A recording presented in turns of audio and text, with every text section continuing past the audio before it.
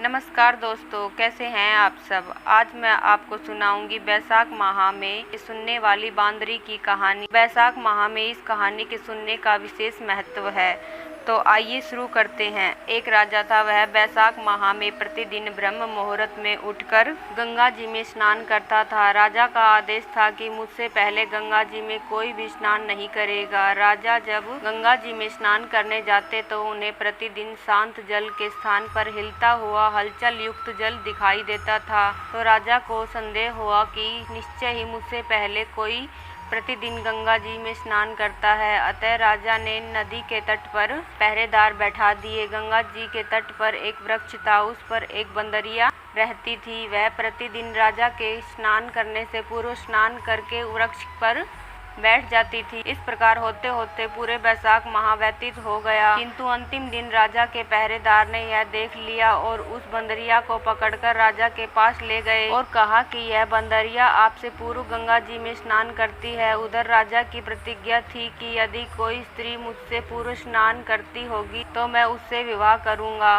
इसलिए राजा को बंदरी के साथ विवाह करना ही पड़ा। बैसाख स्नान के पुण्य से बंदरी के गर्भ ठहर गया। 9 माह पूर्ण होने पर बंदरी ने राजा से पूछा कि शिशु जन्म के समय मुझे क्या करना चाहिए। तब राजा ने महल में एक घंटी लगवा दी और बंदरी से कहा कि जब तुम्हें दर्द हो तो इसे बजा देना, मैं संपूर्ण प्रबंध कर दूंगा।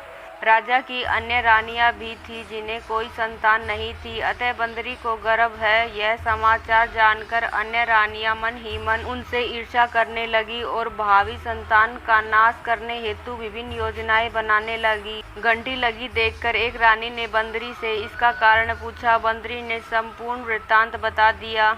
रानी ने उससे बहकाया कि एक बार घंटी बजाकर तो देख कि राजा आते हैं या नहीं। बंदरी ने घंटी बजाई तो राजा दौड़े दौड़े महल में आए और घंटी बजाने का कारण पूछा। इस पर बंदरी ने उत्तर दिया कि मैंने तो रानियों के कहने पर घंटी बजाई थी। तब रानियों ने राजा से कहा कि यह तो पशु है, न जाने कितनी बार घंटी बजाएगी। इस प्रकार कहकर उन्होंने घंटी हटवा दी। कुछ दिनों बाद बंदरी के शिशु जन्म का समय आया तो उसने अन्य रानियों से पूछा कि मैं क्या करूं। तब रानियों ने कहा कि तुम आंख पर पट्टी बांधकर सो जाओ। बंदरी के बैसाख माह के स्नान के पुण्य प्रताप के रूप में एक सुंदर पुत्र हुआ। शिशु के जन्म होते ही उसके रोने से पूरी रानियों ने उसे एक टोकरी में रखकर दासी को दे दिया और आदेश दिया कि उसे नदी में बहाकर आ जाओ और उस शिशु के स्थान पर एक पत्थर रख दिया। राजा को भी कहला दिया कि बंदरी ने एक पत्थर को जन्म दिया। राजा ने सुना तो उन्होंने भी संतोष कर लिया कि जब दूसरी रानियों के संतान नहीं है तो यह तो बंदरी है अर्थात पशु है, इसके क्या संतान होगी। उधर दासी ने उस सुंदर शिशु को नदी में न बहाकर कुम्हार के खदड़ में रख दिया। दूसरे दिन कुम्हार कुम्हारिन खदड़ आए तो वहां एक सुंदर शिशु को रोते हुए देखा। कुम्हार कुम्हारिन भी निसंतान थे, अतः उन्होंने उस शिशु को अपने लिए भेजी गई भगवान की भेंट माना और बड़े प्रेम से शिशु का पालन पोषण करने लगे। कुछ बड़ा होने पर उस बालक को यह ज्ञात हो गया कि वह रानी बंदरी का पुत्र है, जिसको रानियों ने मरवाना चाहा था। एक दिन वह बालक कुम्हार के बनाए हुए मिट्टी के हाथी घोड़े लेकर पनघट पर जा बैठा और दासियों को देखकर कहने लगा, आओ रे मेरे मिट्टी के हाथी घोड़े पानी पियो। जब दासियों ने यह बात सुनी तो वे हंसने लगी और बोली, अरे मूर्ख, कभी मिट्टी के हाथी घोड़े भी पानी पीते हैं।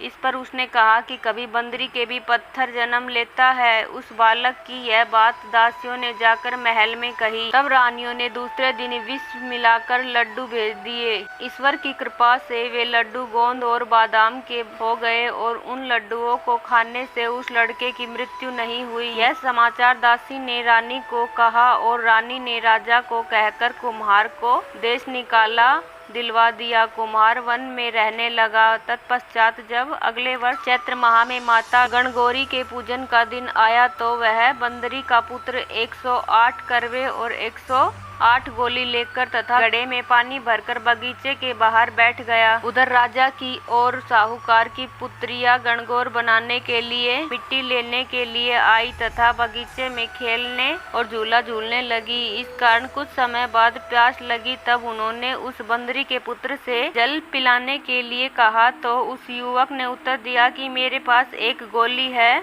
उसे खाती जाओ और मेरे चारों ओर फेरे लगाती जाओ, तब मैं तुम्हें जल पिलाऊंगा। इस पर पहले तो कन्याओं ने मना किया, किंतु प्यास तीव्र होने के कारण मान गई। इस प्रकार गोली खाने एवं उस युवक के साथ फेरे लेने से वे गर्भवती हो गई।